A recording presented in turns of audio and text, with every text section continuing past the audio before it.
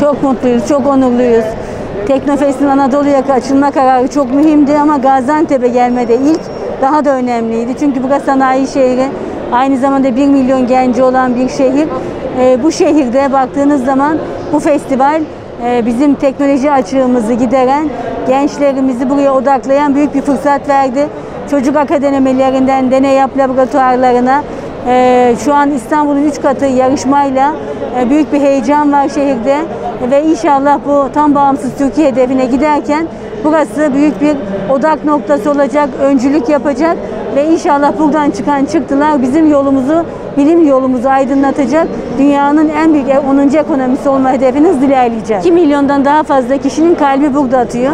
Pandemiyle birlikte dijitalleşme çok daha öne çıktı. İnsanlar artık bütün dünyadan buraya odaklandı. Bütün ülkenin gençleri buraya odaklandı ve bütün şehrin kalbi burada atıyor. Dolayısıyla Cumhurbaşkanımıza verdiğimiz söz yerine gerçekleştirmiş olduk. Çok daha fazla, milyonlarca kalp burada atıyor. Fiilen gözükmese bile yürekleri burada ve bunu buradan başarmış olduk. Bilgi önemli, bilgi kadar inanmak önemli, aşk önemli, yaptığın işi severek yapmak önemli, yüreğindeki heyecan önemli, mücadele ruhu önemli. Ben bu salonda bunu hissediyorum. Allah'ın izniyle bu bütün duygular birleştiğinde en büyük yatırım insana, beşeri sermayeye ve inşallah bunun altından büyük bir şekilde, büyük bir enerjiyle kalkacağız ve tam bağımsız Türkiye'ye en kısa bir şekilde ulaşmış olacak. Çok ümitliyim. Onlar da asla ümitsizliğe düşmesinler. Bir Müslüman zaten asla ümitsiz olmaz.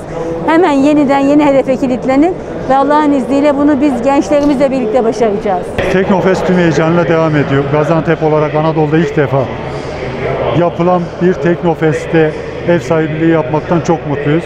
Gaziantep'li öğrenciler olağanüstü çaba gösterdiler. 4000'e yakın proje sunuldu. 100 tanesi finallere kaldı. Gördüğünüz gibi bu projelerin içerisinde Gaziantep'te yapılan projeler de var.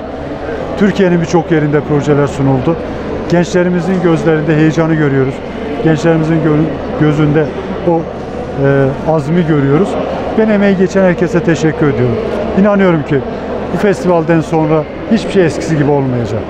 Çocuklarımız daha özgüvenli, gençlerimiz daha özgüvenli, Türkiye geleceğe daha güvenle bakan bir yapıda oldu. İlgi çok fazla. Teknofest Türkiye'nin en önemli markalarından biri.